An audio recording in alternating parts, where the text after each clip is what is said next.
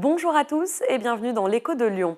Cette semaine, à la une de l'actualité économique lyonnaise, la levée de fonds est importante. Only's annonce avoir récolté 11,5 millions d'euros pour développer son activité. La start-up lyonnaise est spécialisée dans le leasing d'équipements. À la manière de ce qui se fait avec les voitures, Only's propose aux entreprises de l'informatique, du mobilier, des TPE ou encore de la téléphonie. Panzani déménage à La Part-Dieu. La célèbre marque de pâtes lyonnaise a inauguré son nouveau siège social où travailleront 210 collaborateurs. Baptisé Le Moulin, le siège prend place dans l'immeuble New Age. Et puis la justice s'intéresse à Vinciland. Après un rapport salé de la Chambre régionale des comptes, le parquet de Lyon a ouvert une enquête pour favoritisme concernant le double chantier de la tour Tout-Lyon et la place Béraudier. La métropole de Lyon de Gérard Collomb et la SPL Lyon-Part-Dieu n'auraient pas respecté plusieurs règles dans l'attribution de ces marchés aux célèbres promoteurs. Place désormais à l'entretien de l'invité de Damien Gouy-Perret. Je vous souhaite une excellente journée.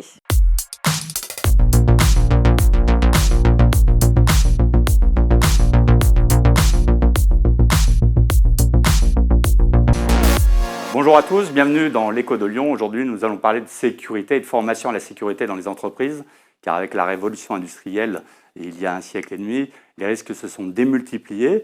La société a pris en considération les risques de sa manœuvre et donc ça a permis à des entreprises de se développer pour accompagner ces entreprises. Pour évoquer ce sujet, aujourd'hui, je vais recevoir Philippe Maillard, qui est directeur général du groupe de l'APAVE, A-P-A-V-E, qui est une très belle entreprise française qui se développe à l'international. Philippe Maillard, bonjour. Bonjour. On va commencer tout de suite par un point historique. Votre entreprise a un siècle et demi. Est-ce que vous pouvez nous raconter les origines de l'entreprise ?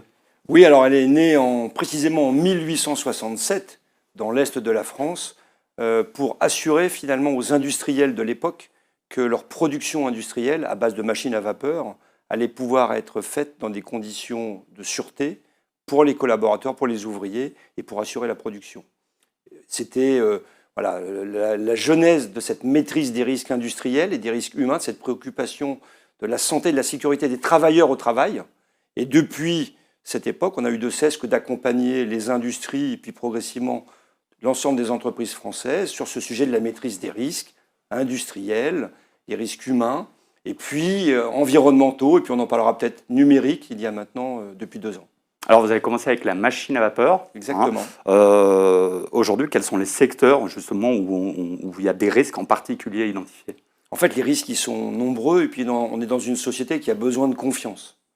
Et comme notre société évolue, on est toujours en transition énergétique, transition environnementale, transition digitale. En fait, ces transitions, elles génèrent ces risques. Et nous, on est là pour finalement assurer de la confiance, faire en sorte que nos clients, qui sont essentiellement des entreprises, mais aussi des collectivités locales, eh bien, puissent garantir finalement qu'elles puissent faire leur travail en toute sécurité. Donc on inspecte, on vérifie, on contrôle, on certifie, on aide aussi nos clients à gérer ces risques, souvent des risques qui sont à la base des risques techniques, en matière d'électricité, ça fait référence aux incendies, en matière mécanique, les chaudières, etc. Et puis aussi sur des risques numériques, environnementaux. Donc c'est en évolution permanente. Ça nécessite à nos équipes de s'adapter en termes de compétences techniques, mais elles le font plutôt bien. Alors aujourd'hui, le groupe APAVE, c'est une société, mais c'était une association à l'origine. La bascule s'est faite quand ?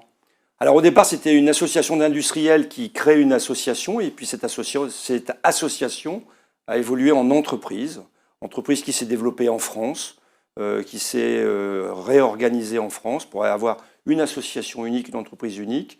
Et puis il y a une vingtaine d'années, a commencé à se développer à l'international.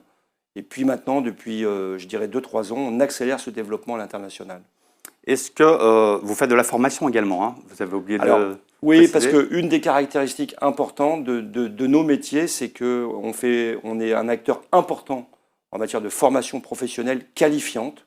C'est-à-dire qu'on va habiliter des électriciens à travailler, des ouvriers à travailler en hauteur ou en espace confiné, en environnement amianté, pour entrer dans des centrales nucléaires. Donc des formations qui ont toujours un côté théorique et technique, et puis un côté pratique, et souvent pour lesquels vous passez un examen, et on vous donne un diplôme, ce qu'on appelle les formations qualifiantes. On le fait depuis très longtemps en France, au travers de 130 centres de formation, et plus de 400 000 stagiaires formés chaque année. Est-ce que dans votre portefeuille client, vous avez un secteur dominant? Est-ce qu'il y a un job qui vous fait plus travailler que les autres? Alors, on est né de l'industrie et effectivement, le monde industriel au sens large reste très important dans notre portefeuille de clients. Mais évidemment, on a aussi des entreprises de services, des entreprises dans d'autres domaines. Mais on reste très proche du monde industriel qui s'est beaucoup développé, donc dans des secteurs comme la pharmacie, comme je dirais les énergies, évidemment tout ce qu'on appelle le manufacturing, les biens industriels. Donc ça reste très proche de notre ADN historique, mais on s'est développé. Alors le groupe APAV, c'est un groupe qui est très important. Vous pouvez me donner quelques chiffres, nombre de salariés, nombre de sites dans le monde, chiffre d'affaires? Alors quelques On se rend chiffres, compte, parce que je crois que c'est un gros groupe. quelques chiffres, c'est plus d'1 milliard d'euros de chiffre d'affaires, 75% de ce chiffre d'affaires en France, plus de 13 000 collaborateurs, 8 000 collaborateurs en France. En France, c'est 130 agences, c'est plus de 400 000 stagiaires en matière de formation. Voilà quelques données. On est sur, encore une fois, des métiers dynamiques, des métiers en croissance et pour lesquels on est aussi un recruteur important. Peut-être qu'on en parlera. Alors vous êtes installé à l'international. Vous pouvez me donner quelques exemples de pays? Et surtout, vous êtes installé dans quel pays vous êtes en force? Alors, on s'est beaucoup développé historiquement dans l'Afrique francophone et dans les pays autour du développement du pétrole, donc beaucoup d'Afrique et de Moyen-Orient. Et puis, depuis 2-3 ans, on a accéléré notre développement international et on a accéléré nos implantations en Espagne, qui est le premier pays au-delà de la France, puis l'Italie. Et puis aujourd'hui, on est très présent au Moyen-Orient et en Asie, au travers d'acquisitions qu'on vient de faire récemment.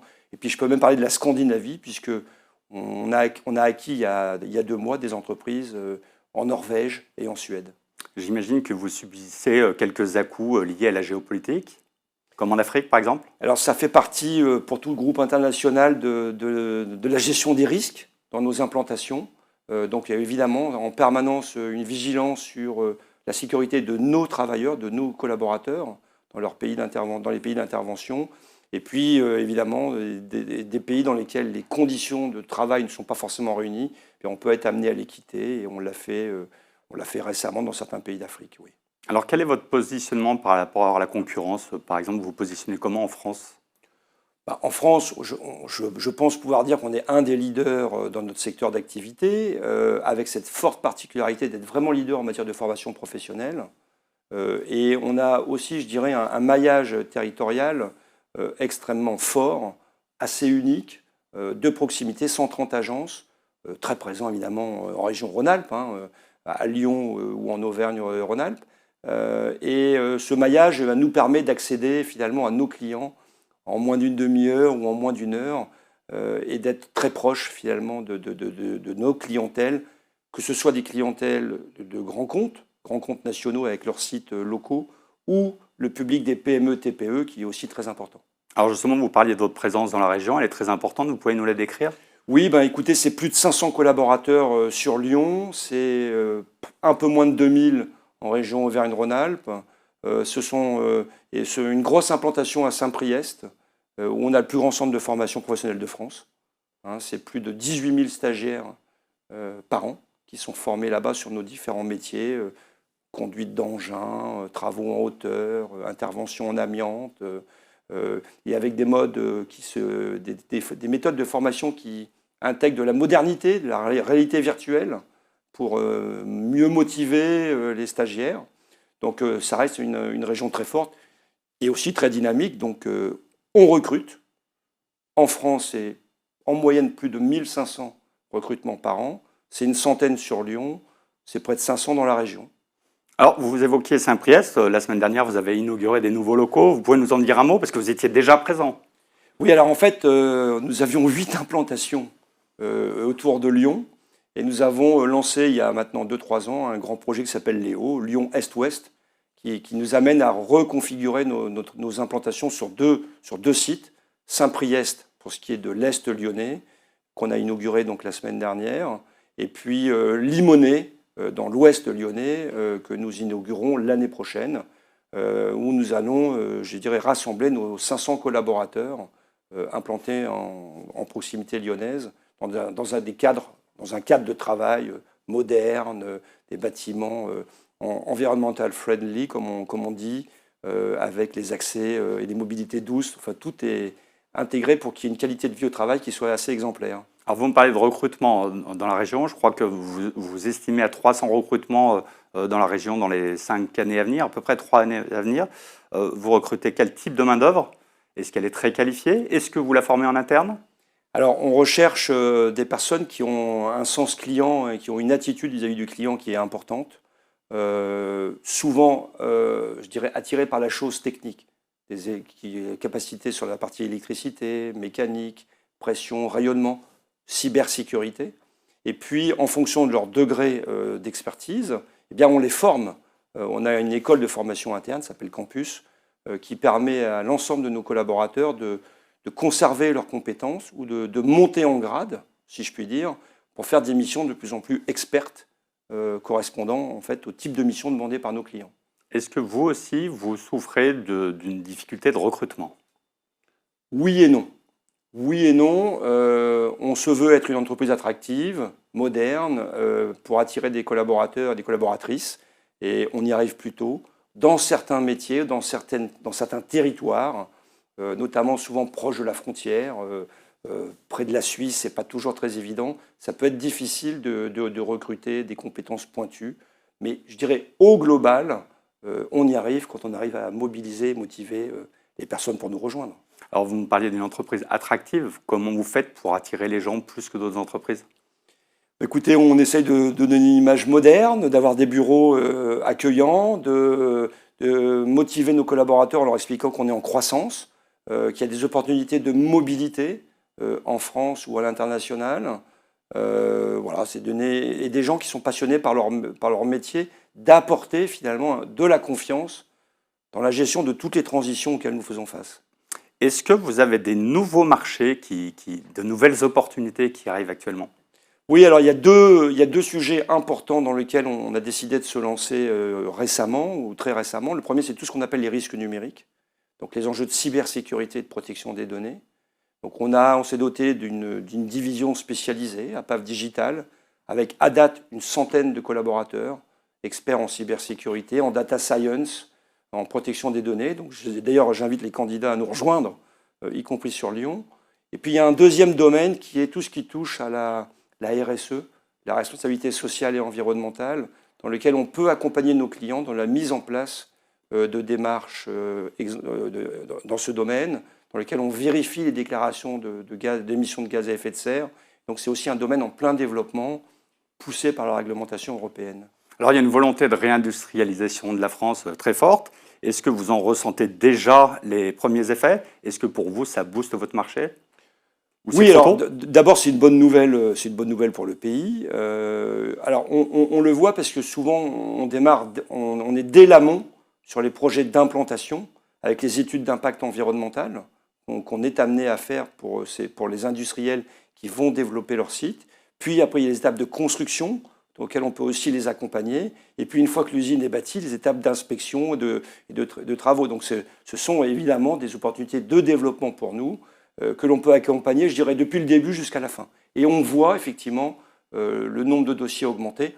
Après, ayons bien en tête que construire une usine en France, ça peut prendre de 2 à 5 ans selon les configurations et selon les situations. Donc ça prend un peu de temps pour avoir, je dirais, l'usine en marche, live.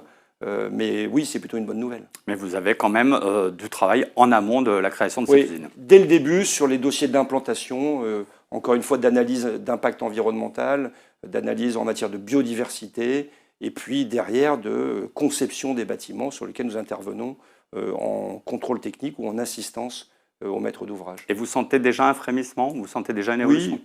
Oui, on a de nombreux dossiers qui émergent. Donc on voit bien cette dynamique, mais plutôt encore une fois sur les phases amont. Alors, vous avez une politique de croissance externe permanente, ce qui m'amène à la question suivante. Quelle est votre ambition à court, moyen terme? Je dirais, donc oui, depuis 2020, fin 2020, on est rentré dans un nouveau plan stratégique avec une volonté de nous développer, notamment à l'international.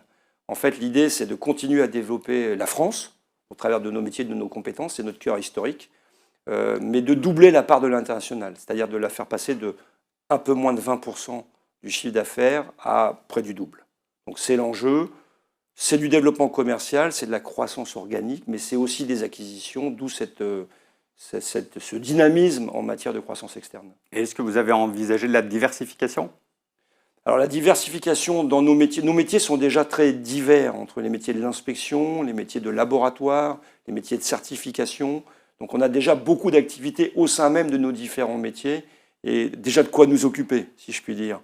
Donc pour l'instant, on se concentre sur ce qu'on sait à peu près bien faire, l'inspection, la formation, la certification sont des activités prioritaires et il y a déjà beaucoup à faire. Bien, Philippe Maillard, merci. Merci d'avoir fait un détour pour Lyon, parce que vous n'êtes pas installé physiquement à Lyon. Pour avoir des informations sur le groupe APAV, je vous invite à aller sur le site internet apave.com, apave.com. Et si vous voulez rentrer en contact avec l'émission, vous m'adressez un mail à dgp@lyonmag.com. Merci. Merci.